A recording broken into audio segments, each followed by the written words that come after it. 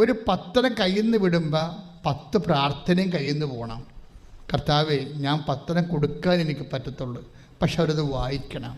അത് വായിച്ചാൽ മാത്രം പോരെ ഈശോയെ, അവർ നിന്നെ തിരക്കി വരണം, നിന്നെ അറിയണം.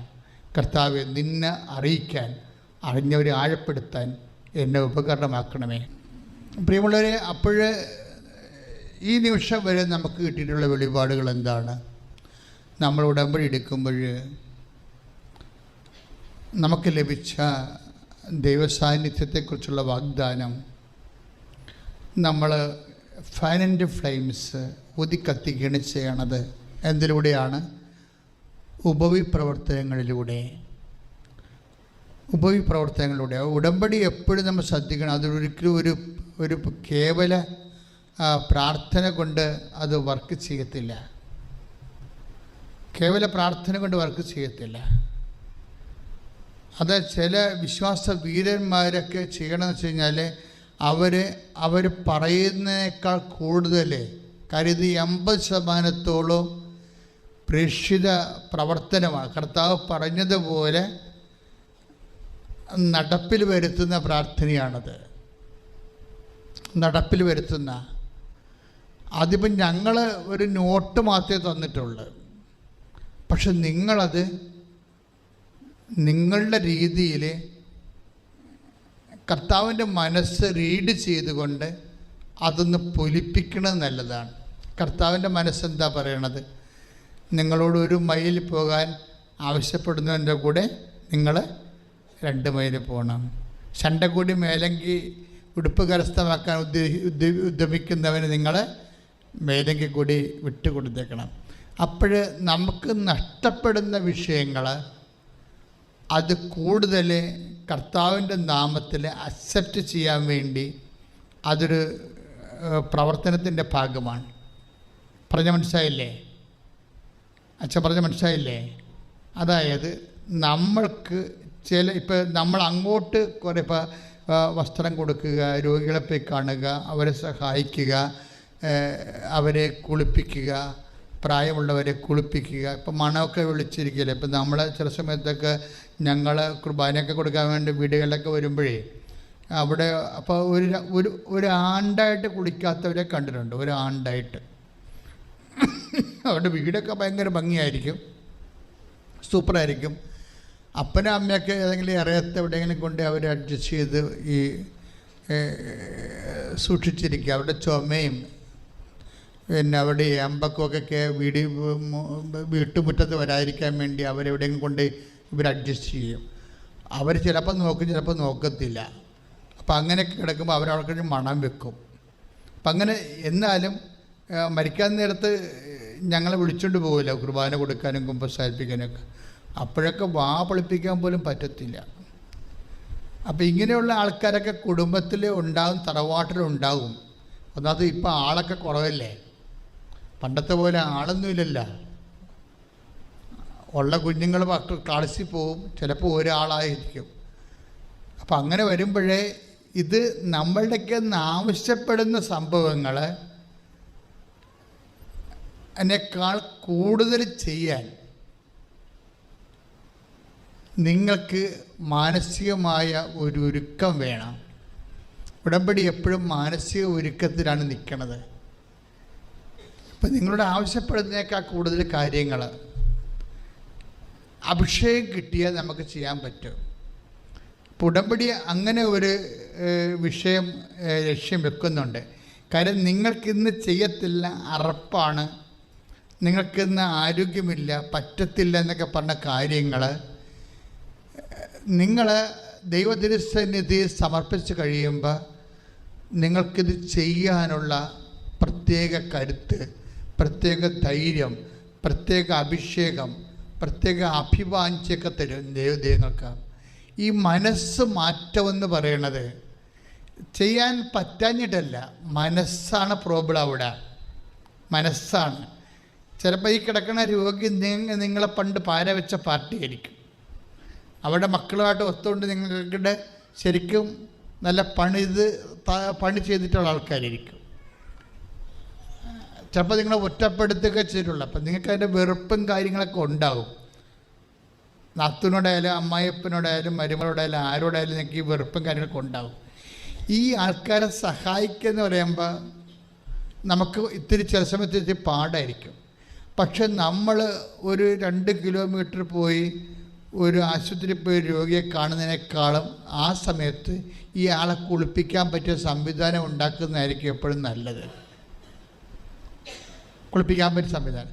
പക്ഷെ അത് നമുക്ക് ചെയ്യാൻ പറ്റത്തില്ല. ചിലർ പറയുന്നത് എനിക്ക് പറ്റത്തില്ല. എനിക്ക് ശരിക്കും പറഞ്ഞാൽ എനിക്കും ഉള്ളൊരു കുഴപ്പമാണ്. ഈ രോഗികളെ കുർബാന കൊടുക്കാൻ മുമ്പ് അവർ കുർബാന വെച്ച് കൊടുക്കുമ്പോൾ ഞാൻ ഛർദ്ദിക്കും. കാരണം എനിക്ക് ചെറിയ മണം അടിച്ച് കഴിഞ്ഞാൽ അപ്പം തന്നെ ചുരുക്കമുണ്ടാകുന്ന. പക്ഷേ എൻ്റെ ജോലി എനിക്ക് ചെയ്യാതിരിക്കാൻ പറ്റുമോ? ഞാൻ പറഞ്ഞു ഈശോ അത് വേറെ വിഷയം, എനിക്കെന്ത് സംഭവിച്ചാലും ഞാനത് ചെയ്യും. അത് തീരുമാനമാണത്. ആ തീരുമാനം അത് കാര്യം ഇവർ വർഷങ്ങളായി കഫം ഇങ്ങനെ തിളക്കുമല്ല, തൊണ്ടയിൽ കിടന്ന് കഫം ഇങ്ങനെ തിളക്കുകയെ. നിങ്ങൾക്ക് വല്ലപ്പോഴും ഒരു രോഗിനെ കണ്ടാൽ മതി. ഞങ്ങളെ സംബന്ധിച്ചിടത്തോളം ജീവിതകാലം മുഴുവൻ കാണണ്ടേ. അപ്പോൾ എത്രയോ രോഗികളെ കാണും. അപ്പോഴേ കഫം തിളച്ച ഈ പഴയ കഫമല്ലേ, പഴയ കഫം 10-16 ദിവസമൊക്കെ പഴക്കമുള്ള കഫം തൊണ്ടയെന്ന് പറഞ്ഞാൽ ബാക്ടീരിയയും അണുക്കളുമായിട്ടൊക്കെ ഇരിക്കണം. ഈ ആൾക്കാരത്ത് നമ്മൾ കുർബാന കൊടുക്കാൻ പോണത്. അതുകൊണ്ട് നമ്മൾ ചെല്ലുമ്പോൾ തന്നെ നമുക്ക് ആ മുറി കയറുമ്പോൾ തന്നെ നമുക്ക് തല ചിടിക്കാൻ തോന്നും. പക്ഷേ ഈശോ എന്ന് വിളിച്ചുകൊണ്ട് നമ്മൾ ചെല്ലും. അപ്പോഴെന്നെ സംബന്ധിച്ച് ഇവിടെയൊക്കെ ഇതിനൊക്കെ ഒരു അഭിഷേകമുണ്ട് ഇതിൻ്റെ അകത്ത്. അതായത് നമ്മൾ ചെയ്യാൻ തീരുമാനിച്ചാൽ ഈശോ നമ്മുടെ ഹാർട്ട് ചേഞ്ച് ചെയ്യും. ബൈബിളിലെ എല്ലാം ചേഞ്ച് ചെയ്യണതാണ്. ഈ ഉടമ്പടിയുടെ ഒരു രീതി എന്ന് പറഞ്ഞാൽ എല്ലാം ചേഞ്ച് ചെയ്യും. എല്ലാ വിഷയവും ചേഞ്ച് ചെയ്യും. അതായത് സ്ഥലം മാറും, അതുപോലെ തന്നെ സിറ്റുവേഷൻസ് മാറ്റിത്തരും, പിന്നെ സമയം മാറ്റിത്തരും, പിന്നെ വേണമെങ്കിൽ ഹൃദയവും മാറ്റിത്തരും. ഈ ഉടമ്പടിയുടെ ഒരു രീതി അതാണ്. ദൈവവുമായിട്ട് നിങ്ങൾ ഇടപെട്ടാൽ ഇപ്പോൾ എന്താ പറയണത്? ഇപ്പം എസെക്കിയലില്ലേ, എസെക്കിയൽ ലേഖനം 36:26 എന്ന് വായിച്ചേ. പുതിയ ഹൃദയം നിങ്ങൾക്ക് ഞാൻ നൽകും, ഒരു പുതു ചൈതന്യം നിങ്ങളിൽ ഞാൻ നിക്ഷേപിക്കും. ഈ ശിലാഹൃദയം, എസെക്കിയൽ പറയുന്ന ശിലാഹൃദയമില്ലേ, it is not a rocky heart. എനിക്ക് പലപ്പോഴും തോന്നിയിട്ടുള്ള ഇറ്റ് ഈസ് കണ്ടീഷൻഡ് ഹാർട്ട്. എന്ന് വെച്ച് കഴിഞ്ഞാൽ നമുക്ക് കല്ല് വെച്ച ഹൃദയം എന്ന് പറയുകയല്ലേ, കല്ല് വെച്ച ഹൃദയത്തെക്കാൾ കണ്ടീഷൻഡ് ആയിട്ടുള്ള ഹൃദയം. ചില ആൾക്കാരുടെ ഹൃദയം ചില വിഷയങ്ങളോട് കണ്ടീഷൻഡ് ആയിട്ടുള്ള, അവർ അതിൻ്റെ അപ്പുറത്തൊന്നും ചെയ്യത്തില്ല. അവർ മുൻവിധിയോടുകൂടി അങ്ങനെ ചെയ്യത്തുള്ളൂ. അപ്പം അതുകൊണ്ട് അങ്ങനെ ഈ അവസ്ഥാന്തരപ്പെട്ടു പോയിട്ടുള്ള അവസ്ഥയുണ്ടാവും. ഇതൊരു conditioned heart. It is equal to rocky heart.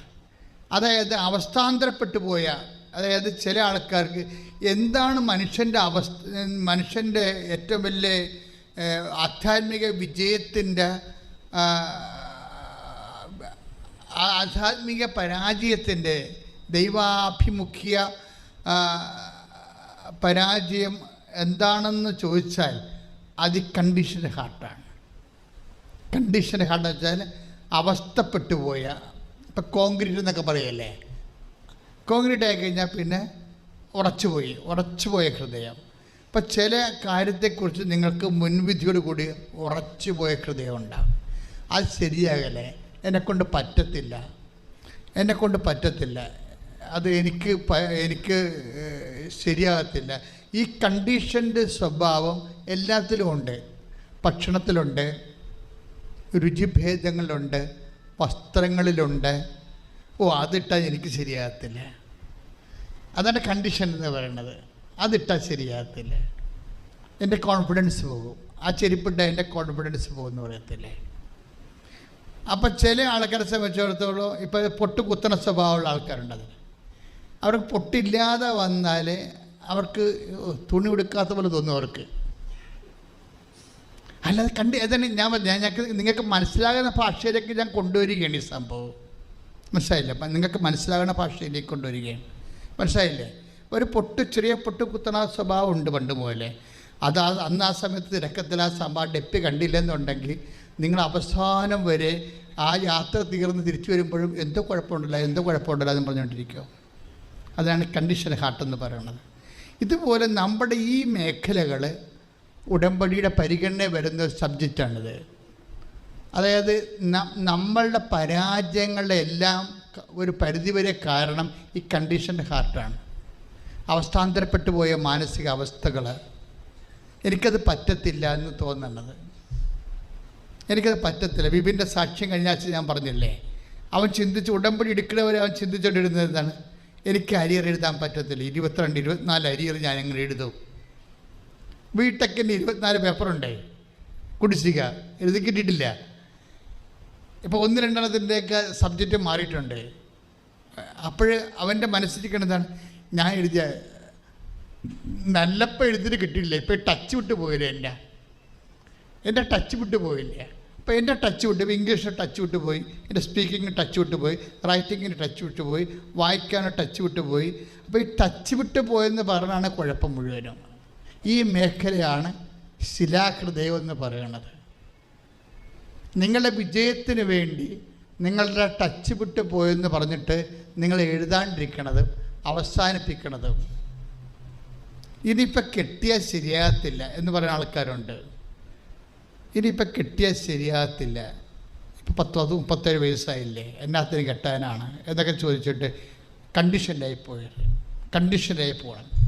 അതുകൊണ്ടാണ് ബൈബിൾ പറയണത്, ഏത് അവസ്ഥയിലും ഉടമ്പടിക്ക് നിന്നെ സംരക്ഷിക്കാൻ പറ്റും, നിൻ്റെ മനസ്സ്. അതാണ് പറയുന്നത്, നിൻ്റെ ഹൃദയത്തിൽ നിന്ന്. 36-26 വായിച്ച്, നിങ്ങളുടെ ശരീരത്തിൽ നിന്ന് എന്ന് പറഞ്ഞാൽ നിങ്ങളുടെ ശരീരത്തിൽ നിന്ന് ശിലാഹൃദയം എടുത്തു മാറ്റി മാംസഹൃദയം നൽകും. ഇപ്പം ചില ആൾക്കാർ പറയും, എൻ്റെ അച്ഛൻ ഞാൻ 12 കച്ചവടം ചെയ്ത് 12 കുത്തുപാല എടുത്ത് ഇനി ഞാൻ കച്ചവടമൊന്നും പറഞ്ഞ് വരത്തില്ലെന്ന് പറയും. അതാണ് ടച്ച് വിട്ട് ഹൃദയം ശിലാഹൃദയമായിപ്പോയി. പരാജയപ്പെട്ട് ശിലാഹൃദയമായതാണ്. ഇനി പറ്റത്തില്ലെന്ന് പറയണില്ലേ. ഇതുപോലെയാണ് എല്ലാ കാര്യങ്ങളും. ചില ആൾക്കാർ ഗവൺമെൻറ് ടെസ്റ്റൊക്കെ അവസാനിപ്പിച്ചല്ല, കുറേ എഴുതി തോറ്റ്, ഇനി എന്ത് കിട്ടാനാണ്. ഇത് എൻ്റെ മക്കളൊരു കാര്യം പറയണത്, അതായത് എപ്പോഴും ശ്രദ്ധിക്കേണ്ട കാര്യം, ഇങ്ങനെ ഓരോരോ കാര്യത്തിൽ പരാജയങ്ങൾ വാങ്ങിച്ച് നമ്മുടെ ആത്മവിശ്വാസം പോയി നമ്മളിങ്ങനെ ടച്ച് വിട്ട് പോയിട്ട് നമ്മൾ ഇൻട്രോവേർട്ടായി പോകും. അവസാനം ഈ വിഷയമാണ് നിന്നെ ദൈവം വന്ന് വിളിക്കണത് ഉടമ്പടിയിലൂടെ. കാര്യം ഇതാണ്, ഇത് മെറിറ്റിൽ വർക്ക് ചെയ്യണതല്ല. നീ ടച്ച് വിട്ട് പോയെന്ന് പറഞ്ഞാൽ നീ മുഴുവൻ നിൻ്റെ പരാതികളും ആത്മവിശ്വാസം കുറഞ്ഞു പോയി, എന്നെക്കൊണ്ട് പറ്റത്തില്ല എന്നൊക്കെ പറയണത്. എന്താണ് നീ പറയണത്? എന്നെക്കൊണ്ട് പറ്റത്തില്ലെന്നല്ലേ പറയണത്, അല്ലേ? ദാറ്റ് മീൻസ് മെറിറ്റില്ലെന്ന് എൻ്റെ അർത്ഥം. എൻ്റെ മെറിറ്റ് ഇത് വർക്ക് ചെയ്യത്തില്ലെന്നാണ് എൻ്റെ അർത്ഥം. പക്ഷെ ഉടമ്പടി എന്താ പറയണത്? നിൻ്റെ ഗ്രേസിൽ ഇത് വർക്ക് ചെയ്യുമെന്ന്. ഗ്രേസ് വർക്ക് ചെയ്യണേ എങ്ങനെയാണ്? വരപ്രസാദം മെറിറ്റ് പോട്ട, മെറിറ്റിൻ്റെ കാര്യം പറഞ്ഞത്. നിൻ്റെ ശിലാഹൃദയം മെറിറ്റിൽ മാത്രം ആശ്രയിച്ച് പരാജയപ്പെട്ട് ഇനി മുന്നോട്ട് പോകാൻ നിവർത്തിയില്ലെന്ന് പറയുന്ന നിൻ്റെ ശിലാഹൃദയം ഞാൻ ഉടമ്പടിയിലൂടെ എടുത്തു മാറ്റും. പകരം തരും, മാംസളമായ ഹൃദയം തരുമെന്ന്. ഗ്രേസ്ഫുൾ ഹാർട്ട്, വരപ്രസാദം നിറഞ്ഞ ഒരു ഹൃദയം നിനക്ക് തരും. എന്തിനെന്നറിയാവോ? ഇത് നിനക്ക് ദൈവത്തെ സ്നേഹിക്കാനുള്ള ഹൃദയമാണ്, ചെയ്യാനുള്ള ഹൃദയമല്ല. ചെയ്യണത് ആരായിരിക്കും? ദൈവമായിരിക്കും. നീ ആയിരിക്കത്തില്ല ചെയ്യണത്. ദൈവത്തെ അറിയാനും സ്നേഹിക്കാനും അംഗീകരിക്കാനും ദൈവത്തിനെ പ്രണയിക്കാനും ദൈവത്തിന് സാക്ഷ്യം വഹിക്കാനും വേണ്ടി ഒരു പുതിയ ഹൃദയമാണ് നിനക്ക് ദൈവത്തെ സ്നേഹിക്കാൻ തരണത്. പക്ഷേ നിനക്ക് വേണ്ടി ചെയ്യണതാരായിരിക്കും? അത് ദൈവമായിരിക്കും. അതാണ് not by merit but by grace. ഇതെന്തുകൊണ്ടാണ്? ദൈവം നമുക്ക് വേണ്ടി നിലകൊള്ളും. പാസ്പോർട്ട് ഓഫീസിലായാലും ഞാൻ നിനക്ക് വേണ്ടി, ഞാൻ നിന്നെ റെക്കമെൻഡ് ചെയ്യുമെന്ന് പറയത്തില്ലേ? ഞാൻ നിന്നെ റെക്കമെൻഡ് ചെയ്യും, ഞാൻ നിനക്ക് വേണ്ടി നിലകൊള്ളും. അത് എവിടെ? സ്ഥലവളവിൻ്റെ സ്ഥലത്തായാലും ശരി, ഭാഗ ഉടമ്പടി ആയാലും ശരി, ഒരാൾ വന്ന് നിൽക്കും. നീ ഉടമ്പടി ചെയ്യുമ്പോൾ നിന്നെ സപ്പോർട്ട് ചെയ്യാൻ, നിനക്ക് വേണ്ടി നിലകൊള്ളാൻ വേണ്ടി ഒരാൾ വരും. 36:9 അങ്ങനെ ഒരു വചനമുണ്ട്. ഇതാ ഞാൻ നിങ്ങൾക്ക് വേണ്ടി നിലകൊള്ളുന്നു. ഒന്ന് പറഞ്ഞേ, ഇതാ ഞാൻ നിങ്ങൾക്ക് വേണ്ടി നിലകൊള്ളുന്നു. അതായത് എവിടെ ചെന്നാലും നിങ്ങൾക്ക് വേണ്ടി നിലകൊള്ളാൻ ഒരാൾ. ഈ ആളുടെ സാന്നിധ്യം മനസ്സിലാക്കാൻ വേണ്ടിയാണ് നമ്മുടെ ഹൃദയം കൊഗാഗുലേറ്റ് ചെയ്യണത്. എങ്ങനെയാണ്? ഉരുക്കിയെടുക്കും. എപ്പോഴും നിങ്ങൾ ദൈവത്തോട് പറയണം, ഈശോയെ എൻ്റെ ഹൃദയത്തെ നിൻ്റെ ഹൃദയം നിൻ്റെ സ്നേഹം അനുഭവിക്കാൻ പറ്റുന്ന രീതിയിൽ തരളിതമാക്കാൻ പ്രാർത്ഥിക്കണം.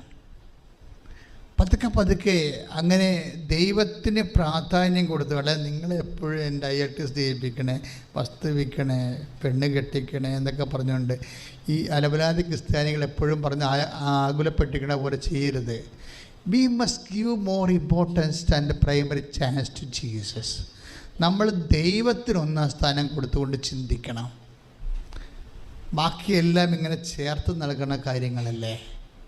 പലപ്പോഴും എനിക്ക് നിങ്ങളുടെ ആധ്യാത്മിക വളർച്ചയിൽ ഒരു ചെറിയ ഒരു പിന്നെപ്പോക്ക് വരണത് അതായത് അതിൻ്റെ കാരണം you are more conscious about material demands. നിങ്ങൾക്ക് നിങ്ങളുടെ ജീവിത ആവശ്യങ്ങളെക്കുറിച്ച് ഓവറായിട്ടുള്ള വറിയാണ്. നോ, നിങ്ങൾ ദൈവത്തെക്കുറിച്ച് വറി ചെയ്യുക. ഉടമ്പടിയിൽ ഒത്തിരിയേറെ ചെയ്താൽ തീരാത്തത്രയും സുവിശേഷ വേലകളും നമ്മൾ എളിമപ്പെടുത്തുന്ന സുവിശേഷ വേലയും ദൈവത്തെ മുൻനിർത്തി മാത്രം ചെയ്യാൻ പറ്റണ കുറേ കാര്യങ്ങളൊക്കെ ഉണ്ട് ഉടമ്പടിയിൽ, അല്ലേ? നമ്മൾ ചെയ്യണ്ടേ. എന്തുകൊണ്ടാണ് അച്ഛൻ why I am giving more importance to this kind of missionary works? ഇങ്ങനെയുള്ള കാര്യങ്ങൾക്ക് എന്താ പ്രാധാന്യം കൊടുക്കണമെന്നറിയാമോ? ഇപ്പം നിങ്ങൾ പറയും, അച്ഛാ എനിക്ക് 4 കോടി കടവാണ്, ഞാൻ ഈ 10-15 നടന്ന് അവിടെ ഇവിടെ കൊടുത്തു കഴിഞ്ഞാൽ എൻ്റെ കടന്മാർ എൻ്റെ കടക്കാർ വന്ന് എൻ്റെ പെടരയ്ക്ക് പിടിക്കത്തില്ലേ? ഞാൻ കട അന്വേഷിക്കാനുള്ള കാര്യങ്ങൾ തിരക്കിയല്ലേ പോകേണ്ടത്? എൻ്റെ മക്കളെ, ഞാനൊരു കാര്യം നിങ്ങൾ പറയട്ടെ. ഞാനൊരു 21 ലക്ഷം മനുഷ്യരെടുത്തിട്ടുണ്ട് കൗൺസിലിംഗ്. എപ്പോഴും ഞാൻ പറയും 21 ലക്ഷം വന്ന്. മേ ബി ഒരു കേരളത്തിൽ അങ്ങനെ ആരും എടുത്തേക്കാൾ. എൻ്റെ ജോലി കൗൺസിലിംഗ് ആയിരുന്നു ആദ്യമേ. കുറച്ച് കാലം കഴിഞ്ഞ് ഇടവക വികാരിയായത് കാരണം ധ്യാനമൊന്നും പുറത്തു പോയി അധികാരം താമസം ചെയ്യാൻ പറ്റത്തില്ല. പിന്നെ എൻ്റെ അടുത്ത് വന്നുകൊണ്ടിരിക്കുന്ന 87 മുതൽ വരാൻ തുടങ്ങിയില്ല ആൾക്കാർ, 87 മുതൽ. അപ്പോഴെന്ത് സംഭവിച്ചു കഴിഞ്ഞാൽ ഈ മനുഷ്യന്മാരുമായിട്ട് 21 ലക്ഷം മനുഷ്യരെന്ന് പറയുമ്പോൾ 2-3 കോടി പ്രശ്നം കാണത്തില്ലേ അവർക്ക്? 2-3 കോടി പ്രശ്നങ്ങൾ. ഈ പ്രശ്നങ്ങളൊക്കെ എങ്ങനെയാണ് പരിഹരിക്കണത്? ശരിക്കും പറഞ്ഞാൽ നമ്മൾ ദൈവത്തിൻ്റെ ജോലി ചെയ്യുമ്പോൾ ദൈവം നമ്മുടെ ജോലി ചെയ്യും. അതാണ് സംഭവം. എന്നുവെച്ചാൽ ചില സമയത്ത് മെരിട്ട് കൊണ്ട് ഒരു ചുക്ക് നടക്കത്തില്ല. ചില സമയത്ത് മെരിട്ട് കൊണ്ട് ഒരു ചുക്കും നടക്കത്തില്ല. എന്നുവെച്ചാൽ മെരിട്ടെന്ന് പറയുന്നത് എന്താണ്? നമ്മുടെ യോഗ്യത കൊണ്ട് ചില സമയത്ത് നമ്മുടെ ജീവിതത്തിൽ ഒന്നും ചെയ്യാൻ പറ്റത്തില്ല. കാര്യം നമ്മളുടെ ആവശ്യം നമ്മുടെ യോഗ്യതയേക്കാൾ കൂടുതലല്ലേ? ഒക്കെ മനസ്സിലായില്ല? അത് എപ്പോഴും എൻ്റെ മക്കളത് മനസ്സിലാക്കണം അതിനെക്കുറിച്ച്. അതായത് നമ്മുടെ ആവശ്യം നമ്മുടെ യോഗ്യതയേക്കാൾ കൂടുതലാവും. അപ്പം അതുകൊണ്ട് നമ്മുടെ ആവശ്യം നമ്മുടെ യോഗ്യതകൾ കൂടുതലായത് കാരണം ചില കാര്യങ്ങൾ മെരിട്ട് കൊണ്ട് നടക്കത്തില്ല. പിന്നെ എന്തുകൊണ്ടാണ് നടക്കുന്നത്? ഗ്രേസ് കൊണ്ടാണ് നടക്കുന്നത്. അതായത് നിങ്ങളുടെ വിഷയം സങ്കീർണമാണെങ്കിൽ അത് മെരിറ്റിൽ നടക്കാത്തൊരു കാര്യമാണ്. മനസ്സിലായ? അത് ഗ്രേസിലേ നടക്കത്തുള്ളൂ. ഇത് ഒന്ന് ഞാൻ വളരെ എളിമയോടെ പറയുകയാണ്, ഇതൊന്ന് മനസ്സിലാക്കണം. നിങ്ങളുടെ വിഷയം സങ്കീർണമാണെന്ന് വിചാരിച്ചു. ഇപ്പം നിൻ്റെ ഹസ്ബൻഡ് ഒരു സ്ത്രീയുമായിട്ട് ജീവിക്കുക, അതിൽ കുഞ്ഞുണ്ട്, അതിൽ 2 കുഞ്ഞ് നിങ്ങൾക്കും ഉണ്ട്. അപ്പോൾ വിഷയം നിസ്സാരമല്ലല്ലോ, സങ്കീർണമല്ലേ? ഇല്ലേ? ഇത് നമുക്ക് മെറിറ്റ് കൊണ്ട് ചെയ്യണത് കോടതി പോവുകയൊക്കെ ചെയ്യാൻ പറ്റും. കോടതി പോവുകയോ വരികയൊക്കെ ചെയ്യാൻ പറ്റും. നമ്മുടെ കാശും പോവും, അവരുടെ കാശും പോവും. കുറച്ച് കഴിയുമ്പോൾ എന്തെങ്കിലുമൊക്കെ ഒരു തീരുമാനം എടുക്കും. ഇത് മെറിറ്റിലാണത് ചെയ്യണത്. മനസ്സിലായ? പക്ഷേ ഈ വിഷയം സങ്കീർണമാണ്. ഇത് വിഷയം സങ്കീർണമായാൽ പിന്നെ അത് മെറിറ്റിൽ നടക്കത്തില്ല, ഗ്രേസിലേ നടക്കത്തുള്ളൂ. നിങ്ങൾക്ക് വരുന്ന അബദ്ധം എന്താണെന്നറിയാവോ? നിങ്ങൾ ഈ വിഷയം ഉടമ്പടി ചെയ്തിട്ട് വീണ്ടും മെറിറ്റിൽ നടത്താൻ വേണ്ടി, അതായത് യോഗ്യത അനുസരിച്ച്, അല്ലെങ്കിൽ മനുഷ്യൻ്റെ കലിബറില്ലേ, അവൻ്റെ കഴിവ്, അവൻ്റെ ബുദ്ധി, അവൻ്റെ സ്വാധീനം, നിയമപരമായ വശം, ഇങ്ങനെ കുറേ കാര്യങ്ങൾ ചെയ്യാൻ വേണ്ടി. ഇപ്പം തന്നെ നിങ്ങൾക്കറിയാമല്ലോ, ഞാനൊരു കേസിന് പോയി. ഇപ്പോൾ വിഴിഞ്ഞ സമരത്ത് ഞാൻ കഴിഞ്ഞ ദിവസം പോയായിരുന്നല്ലോ. അതെന്താ വെച്ച് കഴിഞ്ഞാൽ എപ്പോഴും ഈ വികസനത്തിന് എപ്പോഴും ഇരകളുണ്ടാവും. ഇരകൾക്ക് വേണ്ടി ആരും നിൽക്കത്തില്ല, സർക്കാരും നിൽക്കത്തില്ല, കോടതിയും നിൽക്കത്തില്ല ചില സമയത്ത്. അതുകൊണ്ടാണ് നമ്മൾ അവകാശ പോരാട്ടത്തിന് പോകേണ്ടി വരേണ്ട കാര്യം അതാണ്. അപ്പോൾ അവകാശ പോരാട്ടത്തിന് മുമ്പ് മുമ്പ് അവകാശം നമുക്ക് പുനഃസ്ഥാപിച്ച് കിട്ടണം. ഭരണഘടനയിൽ അവകാശം തന്നിരിക്കുന്നത് ജനറലാണ്, അത് പ്രാദേശികമാക്കണം. ദേശീയമായിട്ടാണ് നമുക്ക് അവകാശം തന്നിരിക്കുന്നത്. അത് പ്രാദേശികമായി അനുഭവിക്കുന്ന വിഷയങ്ങളിലേക്ക് കോടതിയെ കൊണ്ട് പുനഃസ്ഥാപിച്ച് കിട്ടാൻ വേണ്ടിയാണ് ഞാൻ കോടതി പോയത്. അതായത് തുറമുഖം ഉണ്ടാക്കിയതിൻ്റെ പേരിലുണ്ടായിട്ടുള്ള ഇരകൾക്കെല്ലാം റെമഡിയുടെ കോമ്പൻസേഷൻ കൊടുക്കണമെന്ന് പറഞ്ഞു. ഭയങ്കര വർക്ക് ചെയ്തിട്ടാണ്, 2.5 കൊല്ലം ആ വർക്ക് ചെയ്തിട്ടാണ് ഇത് കോടതി പ്രസൻറ്റബിളായത്. അപ്പോൾ കോടതി പ്രസൻ്റ് ആയപ്പോൾ ഞങ്ങൾ കൗണ്ടർ അഫിഡാവിറ്റ് കൊടുത്തപ്പോഴേ അഫിഡാവിറ്റ് ഉടനെ ഗവൺമെൻറ്റിനെതിരെയുള്ള കേസ് വന്നത്. Government shipping corporation port trust ആയത് കാരണം പോർട്ട് ട്രസ്റ്റിനെതിരെയും കുറേ 6 പേർക്കെതിരെയാണ് കേസ് വന്നത്. അപ്പോൾ അവർ അഫിഡാവിറ്റ് കൊടുക്കും, ഞങ്ങൾ പറയുന്നത് തെറ്റാണ് എന്നൊക്കെ പറഞ്ഞുകൊണ്ട് സമർത്ഥിച്ചുകൊണ്ട് ഗവൺമെൻറ് അഫിഡാവിറ്റ് കൊടുക്കും. അപ്പോൾ നമ്മൾ കൗണ്ടർ അഫിഡാവിറ്റ് കൊടുക്കണം. കൗണ്ടർ അഫിഡാവിറ്റ് കൊടുത്തപ്പോൾ ഞങ്ങൾ പറഞ്ഞു തീരത്ത് ജനിച്ചവരാണ്, തീരമേഖല താമസിക്കുന്നവർ, കടൽ കൊണ്ട് ജീവിക്കുന്നവരാണ് അവർ. അപ്പോൾ ഞങ്ങൾക്കവിടെ ജനിച്ച സ്ഥലത്ത് സുരക്ഷിതമായി ജീവിക്കാനുള്ള അവകാശം ഭരണഘടന ഉറപ്പ് വരുത്തുന്നുണ്ട്. അതിന് മൗലിക അവകാശം എന്ന് പറയും. റൈറ്റ് ടു ലൈഫ്, മാന്യമായി ജീവിക്കാനുള്ള അവകാശം. അത് ഞങ്ങൾക്കിപ്പോൾ കവർന്നെടുക്കപ്പെട്ടിരിക്കുന്ന അവസ്ഥയാണ്. അതുകൊണ്ട് ഞങ്ങൾക്കത് പുനഃസ്ഥാപിച്ച് തരണം. അപ്പോൾ എൻ്റെ വക്കീൽ എന്നോട് പറഞ്ഞു, വെച്ചാൽ നമ്മൾ ഭരണഘടനയുടെ മൗലിക അവകാശമൊക്കെ പറഞ്ഞാൽ ഭരണഘടനാ ബെഞ്ചിൽ വിടാൻ പറയും. അത് പിന്നെ ഈ കാലത്ത് നിന്ന് നടക്കത്തില്ല. അല്ലെങ്കിൽ ഡൽഹിയിൽ നിന്ന് സുപ്രീം കോടതിയിൽ നിന്ന് ഭരണഘടനാ ബെഞ്ചിലുള്ള 2 പേര് ഹൈക്കോടതി കൊണ്ടുവന്നിട്ട് അവർ കേസ് വാദിക്കാൻ പറയും. അപ്പോഴവർക്കും ചിലപ്പോൾ ഗവൺമെൻറ്റായിട്ടൊക്കെ വാദിച്ചു പോകും കേസ് കെട്ടുകൾ. അപ്പോൾ ഇത് കുറച്ച് കോംപ്ലിക്കേഷനായിട്ട് പറയും. അപ്പോൾ ഞാനെന്താ ചെയ്തിരിക്കുന്നത്, എനിക്ക് മനസ്സിലായി, മെറിറ്റ് മാറിയെന്ന് മനസ്സിലായില്ലേ? മെറിറ്റ് മാറിയില്ലേ? നമ്മുടെ യോഗ്യത പോയി. സുപ്രീം കോടതിയിലെ ഭരണ ബെഞ്ചിനെ ഇതിനകത്ത് ഉൾപ്പെടുത്തി 2 പേരെ ഉൾപ്പെടുത്തി കഴിഞ്ഞാൽ ചിലപ്പോൾ അവർക്ക് എക്സ്ട്രാ ചിലവ് ചിലപ്പോൾ ഒന്നെന്ന് വരും. ഇനി അവർ വന്ന് ഈ വിഷയം പഠിച്ചിട്ട് ഇത് റൈറ്റ് ലൈഫിൽ വരുന്നതാണോ, മാന്യമായി ജീവിക്കാനുള്ള ഭരണഘടന അവകാശം നൽകുന്ന അവകാശത്തിൽ ഈ വിഷയം ഉൾപ്പെടുമോ എന്നുള്ളത് അവർ പഠിച്ചിട്ട് ചിലപ്പോൾ 3 കൊല്ലം കൊണ്ടിരിക്കും ഞാൻ വിധി പ്രസ്താവിക്കണം. അപ്പോൾ കുറേ ആൾക്കാർ മരിച്ചു തീർന്നിരിക്കും. അപ്പോൾ ഞാൻ എന്ത് ചെയ്ത്, ഞാൻ ഈ കേസ് കൗണ്ടർ അഫിഡാവിറ്റ് കൊണ്ടുവന്ന് മാതാവിൻ്റെ ഈ ജരോളെ വെച്ചിട്ട് പറഞ്ഞു, അമ്മേ ഇത് ഭരണഘടനാ ബെഞ്ചിന് വിടരുത്. കഥ മെറിറ്റ് പോയില്ലേ എൻ്റെ കാര്യം, ഇത് മെറിറ്റായിട്ട് പോകരുത്. അമ്മ കോടതി വരണം, ഇപ്പോഴുള്ള ചീഫ് ജസ്റ്റിസിനെ കൊണ്ടും അതുപോലെ തന്നെ അസിസ്റ്റൻറ്റ് അതിൻ്റെ കൂടെ ഉള്ള ഷാജി പിച്ചാലി ജസ്റ്റിസിൻ്റെ കൂടെ വേറെ ജസ്റ്റിസ് ഉണ്ട്, ചീഫ് ജസ്റ്റിസ് മണിലാലാണ്. ഇവരെ കൊണ്ട് ഈ ഡിവിഷൻ ബെഞ്ചിനെ കൊണ്ട് തന്നെ തീരുമാനം എടുപ്പിക്കണമെന്ന് പറഞ്ഞു. ദാറ്റ് മീൻസ് എന്താണ്, മെറിറ്റ് പോയി, വിഷയം സങ്കീർണമാണ്, മെറിറ്റ് പോയി നമ്മളുടെ. പിന്നെ എന്ത് ചെയ്യും, വർക്ക് ചെയ്യണം, എന്താണ്, ഗ്രേസേ വർക്ക് ചെയ്യത്തുള്ളൂ. ആ ഒരു ഒറ്റ സ്ഥിതിക്ക് അന്നേക്കെ ഒന്ന് ചിന്തിക്കുക, വെർച്വലായിട്ടുള്ള വാദനാണ് നടക്കുന്നത്. വക്കീൽ എറണാകുളത്തിരിക്കുന്ന വക്കീലിൻ്റെ ഓഫീസിലിരിക്കുന്ന, കോടതിയിലിരിക്കുന്നു. അന്ന് കോവിഡാണ്, കഴിഞ്ഞ ഒക്ടോബറിലൊക്കെ കോവിഡല്ലേ, വാദമില്ലല്ലോ, ഫിസിക്കൽ വാദമില്ല, നമുക്കൊന്നും പറയാൻ പറ്റത്തില്ല. ജഡ്ജിയുമായിട്ട് വാദം നടത്തിക്കൊണ്ടിരിക്കുന്ന സമയത്തായിരിക്കും ചിലപ്പോൾ നെറ്റ് പോണത്. അപ്പം നെറ്റ് സമർപ്പിച്ച് പ്രാർത്ഥിക്കണം. ഞാൻ പറഞ്ഞു, അമ്മേ നെറ്റ് പോകരുത്, നെറ്റ് പോയി കഴിഞ്ഞാൽ ജഡ്ജിക്ക് എന്ന് പറഞ്ഞ സമയത്ത് ഒരു ദിവസം 28 കേസൊക്കെ ഉണ്ടാവും. അവർ വിളിച്ചു വിട്ടുകൊണ്ടിരിക്കുകയാണ്, എല്ലാം വിളിച്ചു വിട്ട് എല്ലാം ക്യാൻസലാക്കിക്കൊണ്ടിരിക്കുകയാണ്, തള്ളിക്കളഞ്ഞുകൊണ്ടിരിക്കുകയാണ്. അപ്പോൾ വക്കീൽ എന്ന് പറഞ്ഞ് ഇത് തള്ളാൻ സാധ്യതയുണ്ട്. കാര്യം 13 പ്രേയേഴ്സാണ് നമ്മൾ വെച്ചിരിക്കണത്, തള്ളുമെന്ന് പറയും. ഞാൻ തള്ളത്തില്ല, ഇത് അമ്മയല്ലേ വെച്ചിരിക്കണത്, എങ്ങനെ തള്ളാനാ?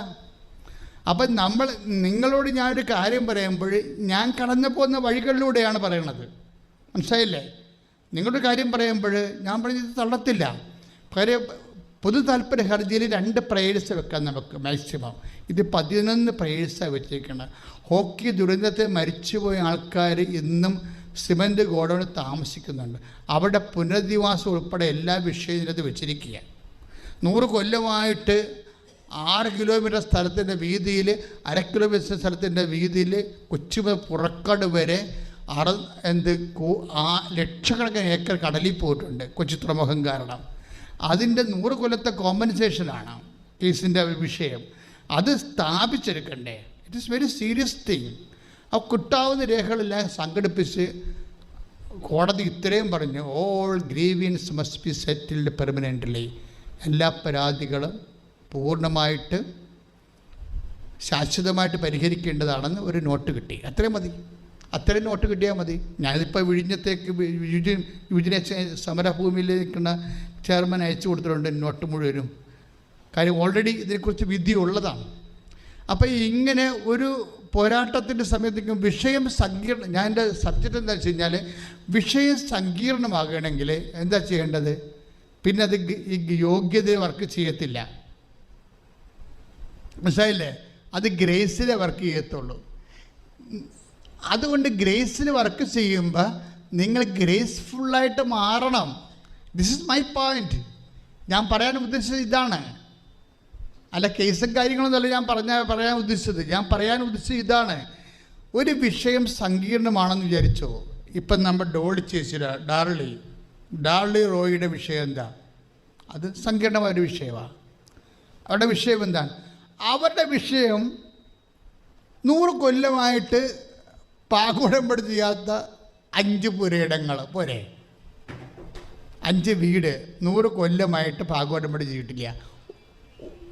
അതായത് അപ്പൻ്റെ അപ്പാപ്പൻ്റെ കാലത്തുള്ള പുരയിടമാണ്. അപ്പൻ്റെ അപ്പാപ്പൻ്റെ കാലത്തുള്ള പുരയിടമാണ്. 5 വീട്ടുകാരവിടെ താമസിക്കുന്നുണ്ട്. പണ്ടത്തെ 7 രൂപ വാടക. ആ വാടക ഇപ്പോൾ അവർ കൊടുക്കണില്ല. മനസ്സിലായോ? അതായത് അപ്പൻ്റെ അപ്പാപ്പൻ്റെ പുരയിടമാണ്, അപ്പൂപ്പൻ്റെ പുരയിടമാണ്, അപ്പൻ്റെ അപ്പൂപ്പൻ്റെ പുരയിടമാണ്. അപ്പം എത്ര തലമുറയായി? 10-70-75 തലമുറ കഴിഞ്ഞ്, 75 വർഷം കഴിഞ്ഞ് ആ പുരയിടത്തിൽ 5 പേര് താമസിക്കുന്നുണ്ട്. ആ വീട് ആദ്യം കൊടുത്ത ആൾക്കാർക്ക് 7 രൂപ, അന്നത്തെ 7 രൂപ വാടക കൊടുത്തിരിക്കുകയാണ്. ആ വാടകക്കാർ വേറെ ആൾക്കാർക്ക് കൊടുത്തിരിക്കുകയാണ്. അവർ 7 രൂപയ്ക്ക് പകരം 7000 രൂപ മേടിക്കണുണ്ടാവും. 7 രൂപയ്ക്ക് വാടകയ്ക്ക് പകരം തിരിച്ച് വാടക വേറെ ചീട്ടെടുത്തിട്ട് 7000 രൂപ മേടിച്ചിട്ടാണ് കണ്ടവൻ്റെ പുരയിടം കൊണ്ട് അവർ ജീവിച്ചു പോവുകയാണ്. അപ്പം ഇങ്ങനെ എല്ലാവരും കൈമാറിപ്പോയി. ഇനിയിപ്പോൾ എന്താ പ്രശ്നം വെച്ചാൽ, ഈ ഓരോ വീട്ടിലും ആദ്യ യഥാർത്ഥ അവകാശികൾ കയറി താമസാവകാശം മരിച്ചു പോയിട്ട് ബാക്കിയുള്ള ഉപഅവകാശികളാണ് താമസിക്കുന്നത്. 12 പേരൊക്കെ വെച്ചിട്ടുണ്ട് എല്ലാ വീട്ടിലും. ഇവരുമായിട്ടുള്ള ഡിസ്കഷൻസ് എന്നൊക്കെ പറയണതേ എൻ്റെ തന്നെ ഓരോ ഡിസ്കഷൻ കഴിയുമ്പോൾ പിന്നെയും ആഴം കൂടണം എന്നല്ലാതെ ഒന്നും നടക്കത്തില്ല. എന്നിട്ട് ഈ വിഷയം ഇങ്ങനെ നിൽക്കുമ്പോഴാണ് ഈ ഡാർലി ചെസ്സി വന്ന് ഉടമ്പടി ചെയ്യണത്. മനസ്സിലായില്ലേ? അപ്പം നിങ്ങൾ ഉടമ്പടി എന്ന് പറയുമ്പോൾ ശ്രദ്ധിക്കണം. അവർക്ക് ആ ഉടമ്പടിയുടെ എല്ലാവിധ കപ്പാസിറ്റി ഉള്ള ആളാണ്. അവരാ ഉടമ്പടി നമ്മൾ ദൈവത്തോട് ചെയ്യല്ലേ. വിഷയം സങ്കീർണമായി, ഇതാണ് സങ്കീർണം. അത് ഹെവി ഡ്യൂട്ടി എന്ന് ഞാൻ പറയത്തില്ലേ, ഉടമ്പടി ഹെവി ഡ്യൂട്ടി ചെയ്യുമെന്ന്. മനസ്സിലായില്ലേ? ഡ്യൂട്ടി മനസ്സിലായില്ലേ? അത് ഒരു സ്ഥലത്ത് 20 കൊല്ലം താമസിച്ച ആദ്യത്തെ വീട്ടുകാരെ തന്നെ ഇറക്കാൻ എന്ത് പാടാണ്. അപ്പോഴാണ് 100 കൊല്ലത്തെ ആൾക്കാർ വരുന്നത്. അത് ഉടമ്പടി ചെയ്ത് കഴിയുമ്പോൾ ദൈവം ഈ വിഷയം ഒരു 3 മാസം കൊണ്ട്, അല്ല 1 മാസം എന്നാണ് പറഞ്ഞു, 1 മാസം കഴിഞ്ഞപ്പോൾ തന്നെ അതിനകത്ത് ഒരു വീട്ടുകാരൻ കുറേ ഡിസ്കഷൻ ചെയ്ത്, കാര്യം ഇത്രയും വർഷത്തെ വേരല്ല കിടക്കണത്. ആ വീട്ടുകാരൻ ഉള്ളിൽ നിന്ന് അയാൾക്ക് തോന്നി, എന്താണ്, ഇത് വിലക്കെടുത്ത പ്രശ്നങ്ങളെല്ലാം തീരുവല്ല എന്ന്. പണ്ടും തോന്നിക്കാണുവേ, പക്ഷെ ഇപ്പം തോന്നുമ്പോൾ ഒരു അഭിഷേകത്തോടെയാണ് തോന്നണത്. മനസ്സിലായില്ലേ? അതായത് ഉടമ്പടി ചെയ്ത് 1 മാസം കഴിഞ്ഞപ്പോൾ തന്നെ അതിലൊരു വീട്ടുകാരൻ ഈ തലമുറകൾ അത് അന്യാധീനപ്പെട്ടു പോയെന്ന് പറയത്തില്ല, വസ്തു അന്യാധീനപ്പെട്ടു പോയ വസ്തു അത് കൈവശം വെച്ചിരിക്കുന്ന ആളിൻ്റെ ഉള്ളിലെ ഒരു തോന്നലേ. എന്താ തോന്നലേ? ഇത് വിലക്ക് ചോദിച്ചാൽ എന്താണെന്ന്. അത് വിലക്ക് ചോദിച്ച് ആദ്യം തന്നെ ആ വിഷയം സെറ്റാക്കും. സെറ്റായിട്ട് ഈ അവകാശികളുണ്ട് 6 പേര് വേറെ, യഥാർത്ഥ അവകാശികൾ. ആ അവകാശികൾക്ക് 6 പേർക്കും തുല്യമായിട്ട് ഇത് വിറ്റതിൻ്റെ പൈസ കിട്ടും.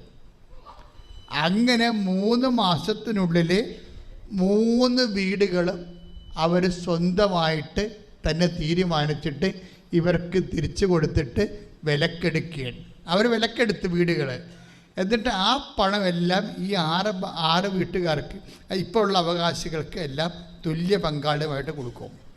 ഇതെന്ന് വെച്ച് കഴിഞ്ഞാൽ, എനിക്ക് ആ ചേച്ചി പറയുന്നുണ്ട്, ലോകത്ത് ഉടമ്പടി അല്ലാതെ വേറെ ഒരു മാർഗ്ഗമില്ലെന്ന്. ഈ ഒരു വിഷയക്കാർ അവരെത്രയോ വർഷം, അവർക്ക് 65-70 വയസ്സുണ്ട്. അവർ കെട്ടിവന്ന കാലം മുതലുള്ള പ്രശ്നങ്ങൾ ഇന്ന് ഒരിടത്ത് എത്താൻ കിടക്കണ കാര്യമാണ്. അന്ന് വരെ ഇത് അതൊക്കെ മുമ്പുള്ള പ്രശ്നമാണ്. ഇവർ കെട്ടിവന്ന കാലത്തിന് ശേഷം ഇത് ഒരിടത്തും എത്തിയിട്ടില്ല. ആ വിഷയമാണ് ഇതിങ്ങനെ ഒരു പൂ നുള്ളണ പോലെ ഇങ്ങനെ എടുത്ത് എല്ലാ കോംപ്ലിക്കേഷൻ പരിഹരിക്കണത്. ചേന്നമംഗലത്താണ് സാക്ഷി കിടക്കുന്നു, നിങ്ങൾ നോക്കണം. അത് ഞാനവിടെ എഴുതിയിട്ടുണ്ട്. പാകോടമ്പടി ചെയ്യാതെ അപ്പൻ മരിച്ചാൽ ഉണ്ടാകുന്ന ഭവിഷ്യത്തുകൾ. പാകോടമ്പടി ചെയ്യാതെ അപ്പം മരിച്ച പ്രശ്നമൊന്നും അല്ല ഇത്. അതിനേക്കാൾ ഗംഭീരമാണിത്. അതിനേക്കാൾ ഗംഭീരമാണ് കാര്യം. ഒരു കേട്ടകേൾവിയില്ലാത്ത മനുഷ്യരുടെ മേൽ അന്യാധീനപ്പെട്ടു പോയ പുരയിടവാ. കടലിൽ ഒരു മുങ്ങി പോയ പുരയുടെ പൊക്കെടുക്കാൻ പറ്റണ പോലെയാണ് ഈ സംഭവം. പക്ഷേ അമ്മ കക്ഷിയാകുമ്പോൾ വിഷയം മാറും.